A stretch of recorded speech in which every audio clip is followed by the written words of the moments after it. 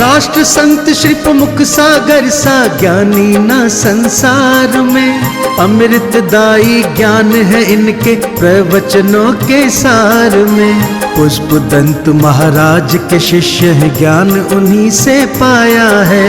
प्रतिमूर्त है अपने गुरु की, वो ही ओज समाया है।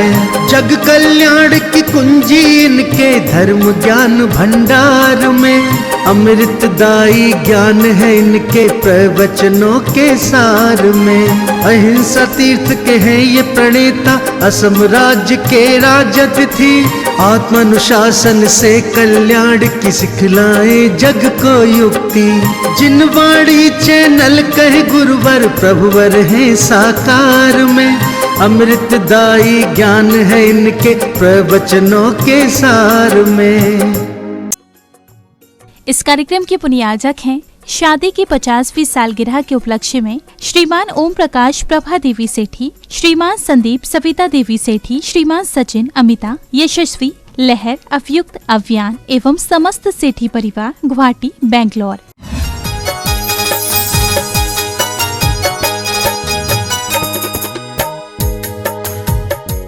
पंच कल्याणक महोत्सव की शुरुआत हो गई। गर्भ कल्याणक की पूर्व वेला में हम सब बैठे हैं। पंच कल्याणक है क्या? पंच परावर्तन से समाप्त करने की क्रिया का नाम है पंच कल्याणक। द्रव, क्षेत्र, काल, भाव और भव, ये 5 परावर्तन को समाप्त करने की क्रिया का नाम है पंच कल्याणक। 5 अणुवृत्तों को 5 महावृत्तों को धारण करके पंचम गति की यात्रा पर जाने का नाम है पंच कल्याणक। आप विचार करके रखना, हम अपने जीवन के 5 पापों से बचकर, 5 अणुवृत्तों को लेकर, 5 महावृत्तों को लेकर, पंच परावर्तन को समाप्त कर हम पंचम गति के मेहमान हो जाएं, उसका नाम है पंच कल्याणक। और वो पंच कल्याणक में हम सब लोग यहाँ बैठ गए। ख्याल करके रखना, ये पाषाण से भगवान परमात्मा बनकर चले जाएंगे।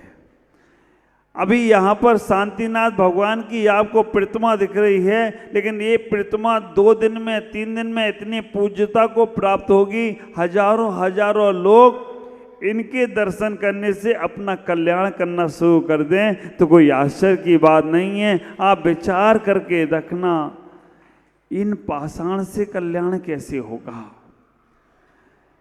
ये पाषाण तो मात्र निमित्त बनेगा, लेकिन जैसे जैसे तुम्हारे भाव परिणाम निर्मल होते जाएंगे, वैसे वैसे तुम्हारे अंदर कल्याण के स्रोत खुलते चले जाएंगे। माध्यम है, निमित्त है। 3 प्रकार के निमित्त आचार्य ने बोले, एक उदासीन निमित्त, एक प्रेरक निमित्त और एक सूचक निमित्त। जिनेंद्र भगवान को, जिनवाणी को उदासीन निमित्त कहा गया। ये तुमसे कुछ नहीं कहेंगे, तुम जैसे चाहो वैसे इनकी पूजा करो, उदासीन निमित्त हैं। जिनवाणी में जैसा चाहो वैसा अर्थ निकालो, ये उदासीन निमित्त हैं। चौराहे पर लाल पीली बत्ती लगी रहती है, वो सूचक निमित्त हैं। और गुरुदेव जो होते हैं वो प्रेरक निमित्त होते हैं, वो तुम्हें प्रेरणा देकर तुम्हें आगे बढ़ाने का प्रयास करते हैं। ख्याल करना, हम इन उदासीन निमित्त से अपने आप को उदासीन पापों से करना है, भोगों से करना है। भगवान ने क्या क्या नहीं देखा संसार में, सब देख लिया, लेकिन फिर भी देखने के बाद सब छोड़ दिया। क्या कमी थी भगवान के पास? कैसे बन गए वो भगवान? आप विचार करना, ऐसे भाव हमारे अंदर परिणामों में निर्मलता आए, हम उत्सव में शामिल तो हों, लेकिन अपने अंदर की उत्सव की व्यवस्था भी बनाने का प्रयास करें। कई बार मुझे आश्चर्य होता है, भगवान तुम्हें देखकर हंसते हैं, भगवान तुम्हें देखकर हंसते हैं, मुस्कुराते हैं। वो इसलिए हंसते मुस्कुराते हैं, हे मानव, तुम मुझे एक बार मंदिर लाए थे और मैं हमेशा हमेशा के लिए भगवान बन गया और तुम रोज रोज आकर मंदिर, तुम भगवान क्यों नहीं बन पा रहे हो? एक बार हमें मंदिर में लाए थे, मैं भगवान बन गया और तुम रोज रोज मंदिर आकर भी भगवान नहीं बन पा रहे हो। विचार करना। आचार्य यहाँ पर कहने का प्रयास कर रहे हैं, आचार्य यहाँ कहने का प्रयास कर रहे हैं कि एक बार मंदिर आए थे भगवान और हमेशा के लिए परमात्मा बन गए, लेकिन हम लोग बार बार मंदिर आने के बाद भी भगवान नहीं बन पा रहे हैं। आप ख्याल करना, आज गर्भ कल्याण की पूर्व क्रिया होने वाली हैं और गर्भ कल्याण की पूर्व क्रियाओं का सबसे बड़ा उत्सव ये रहेगा कि माँ के गर्भ में आज तीर्थंकर आने वाले हैं, शांतिनाथ भगवान आने वाले हैं। शांतिनाथ भगवान का जीवन को देखा जाए तो शांतिनाथ भगवान के लिए कहते हैं, शांतिनाथ भगवान जिनका जीवन अपने आप में बहुत अद्वितीय रहा, हस्तिनापुर में जन्म लिया और सम्य शिखर से मोक्ष चले गए। वो शांतिनाथ भगवान जो शाश्वत, आप विचार करके रखना, शांतिनाथ भगवान ने हस्तिनापुर में जन्म लिया। 4 लाइनें बोलेंगे मेरे बोलने के उपरांत। हस्तिनापुर में जन्म लिया, संवेदाचल से मुक्ति गमन, विश्वसेन के पुत्र कहाए, एरा देवी के सुनंदन, हिरण्य चिन्ह है आपका प्यारा, वर्ण सुवर्ण सा है कुंदन, 16वें श्री शांतिनाथ को हम सबका सत सत बंदन, हम सबका सत सत बंदन, हम सबका सत सत बंदन। ख्याल करना, जिन शांतिनाथ भगवान का हम पंचकल्याणक मना रहे हैं वो पूर्व भाव में मेघरथ की पर्याय में थे और पूर्व भाव में महामंडलेश्वर राजा थे। आप विचार करके रखना, इनके पिता का नाम चिंतारथ था और जम्बूद्वीप में इनका जन्म हुआ था। आज 16वें तीर्थंकर श्री शांतिनाथ भगवान जो सर्वार्थ सिद्धि, ख्याल करना, सर्वार्थ सिद्धि से के अहिमंद्र देव से बनकर वहाँ से माँ के गर्भ में आ रहे हैं। उस दिन तिथि थी भाद्रपद कृष्ण सप्तमी और हस्तिनापुर में वो माँ पिता उनके गर्भ में यहाँ पर आने का प्रयास करे हैं। माता का नाम एरा देवी और पिता का नाम विश्वसेन। जब भगवान गर्भ में आए होंगे तो और बहुत सी संतानें भी गर्भ में आई होंगी, लेकिन भगवान का ही हम कल्याण क्यों मना रहे हैं? ख्याल करना, ऐसा नहीं है जिस दिन भगवान माँ के गर्भ में आए थे तो केवल भगवान ही माँ के गर्भ में आए थे, हजारों सैकड़ों माँ के गर्भ में जीव आए थे। लेकिन हम तीर्थंकर का ही गर्भ कल्याण क्यों मना रहे हैं? तो आचार्य कहते इन्होंने पूर्व भव में मेघरथ की पर्याय में 16 कारण भावना भाई, दीन दुखियों जीवों के लिए भावना भाई, दर्शन विशुद्धि आदि 16 कारण भावना जो भाते हैं वो ही अगले भाव में तीर्थंकर प्रकृति का बंध करते हैं। आज का बहुत प्यारा सा दिन है। माँ के गर्भ में आने से बाद 6 माह पहले से रत्नों की वर्षा हुई। ये आपको हमेशा मालूम है, पंचकल्याणों को में अक्सर सुनते हो। 3.5 करोड़ रत्न कुबेर महाराज है ना, हैं तैयार हैं। आप विचार करके रखना, रत्नों की वर्षा 3.5 करोड़ रत्न बरसते हैं एक बार में, और दिन भर में 4 बार रत्न बरसते हैं। हमने इसमें सोचा, चिंतन किया, मनन किया, ये भगवान ने 4 बार रत्न क्यों बरसाए, और 4 बार रत्न बरसाए तो उसका रीजन इतना ही है, संसारिक लोग रत्नों में लगेंगे और भगवान की दिव्य देशना कितने बार खिरती है? 4 बार। भगवान की दिव्य देशना भी 4 बार ही खिरती है। तो उन्होंने कहा कि हम जब दिव्य देशना खिला रहे होंगे तभी वहां पर इंद्र रत्न बरसा रहा होगा। अब जिनको हमसे प्यार होगा वो रत्नों में नहीं फंसेगा, वो मेरी दिव्य देशना में आएगा, और जिनको हमसे प्यार नहीं होगा वो रत्नों में फंस जाएगा। 4 बार रत्नों की वर्षा है और 4 बार ज्ञान की वर्षा है। 4 बार ख्याल करना, इस हस्तिनापुरी में अब 4 बार ही दिव्य देशना होगी। सुबह मंदिर में 1 बार हो गई दिव्य देशना, दूसरा अभी हो रहा है, तीसरा दोपहर में और चौथा शाम को होगा। एक ज्ञान की रत्नों की वर्षा अगर लूटते चले गए तो वो सारे रत्न बाहर के बाहर रह जाएंगे। 4 बार दिव्य देशना होती है और 4 बार ही रत्नों की वर्षा होती है। आप विचार करना, 3.5 करोड़ रत्न बरसती हैं एक बार। 4 बार में कितने करोड़ हो गए? 14 करोड़। गुणस्थान कितने होते हैं? ख्याल करना, संसार के रत्नों में लगे तो 14 करोड़ में लगे रहोगे, और अगर ज्ञान के रत्नों में लग रहे तो 14 गुलस्तान पार कर जाओ तो कोई आश्चर्य की बात नहीं है। संसार के रत्नों में लगे तो 14 करोड़ मिलेंगे एक ही दिन में, रोज बरसेंगे 14 करोड़।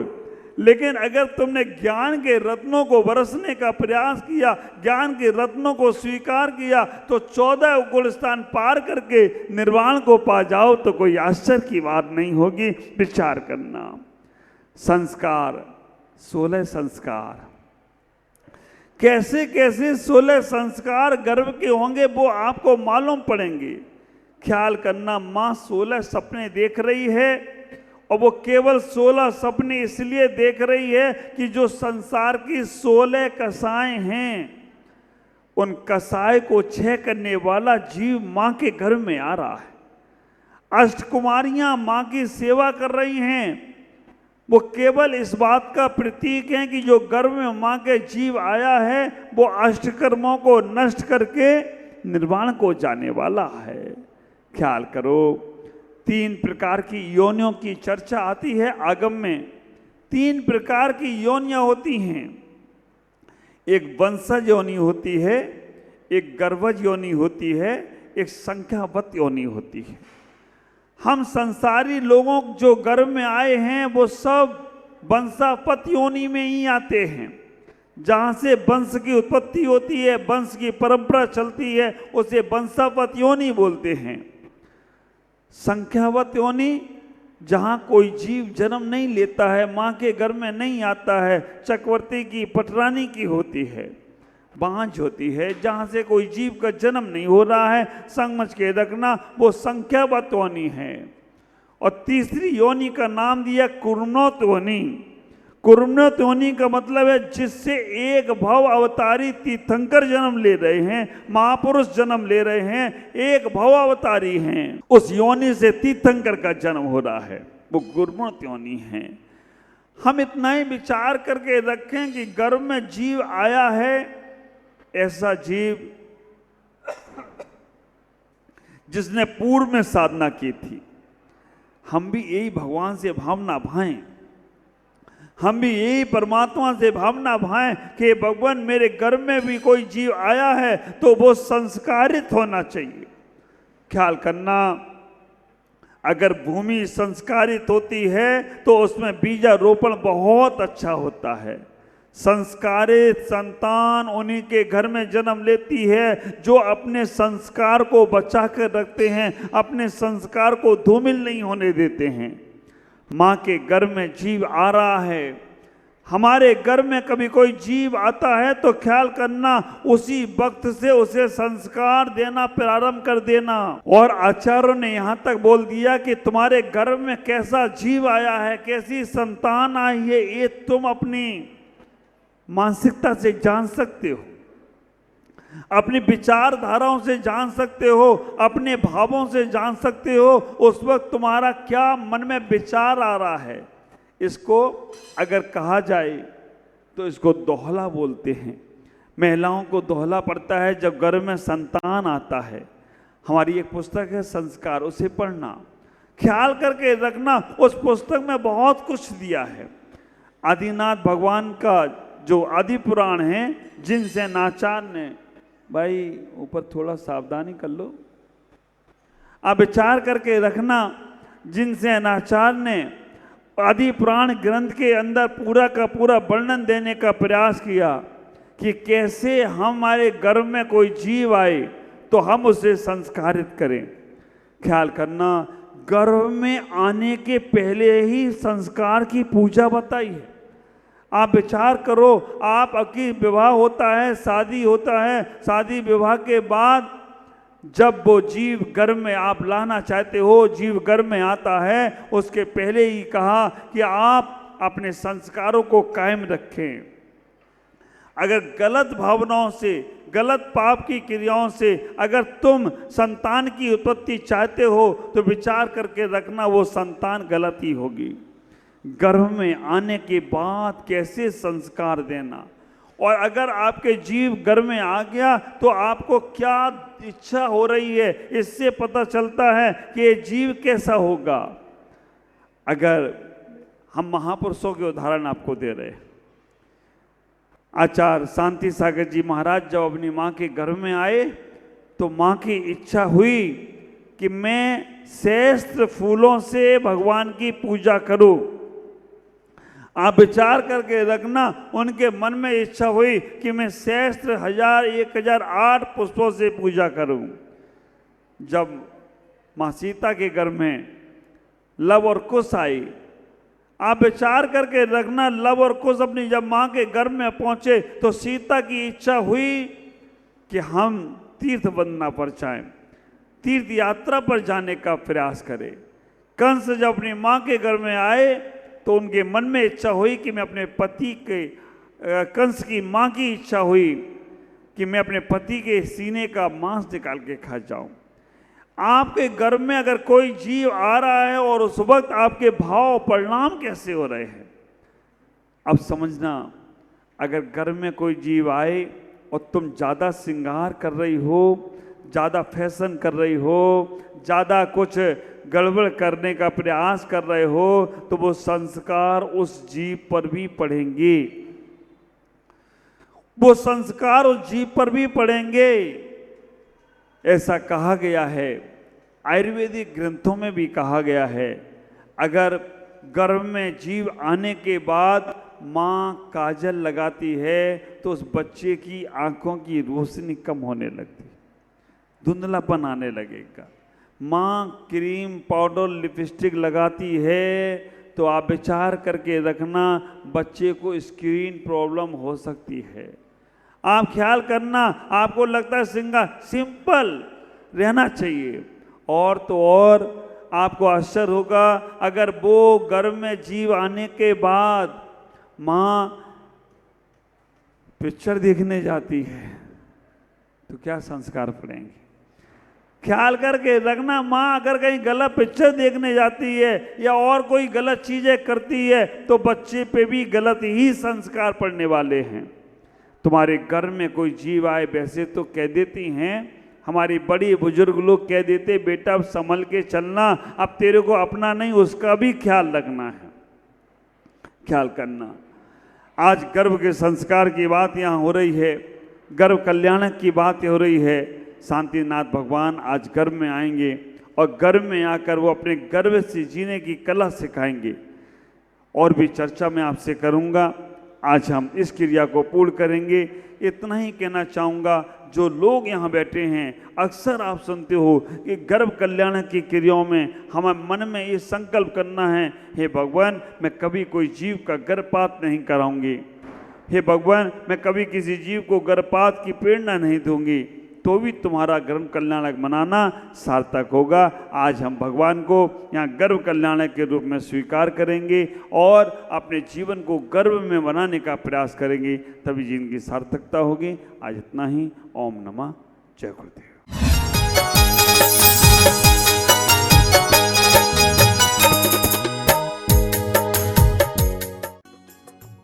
इस कार्यक्रम के पुण्यार्जक थे शादी की 50वीं सालगिरह के उपलक्ष्य में श्रीमान ओम प्रकाश प्रभा देवी सेठी, श्रीमान संदीप सविता देवी सेठी, श्रीमान सचिन, अमिता, यशस्वी, लहर, अवयुक्त, अव्यान एवं समस्त सेठी परिवार।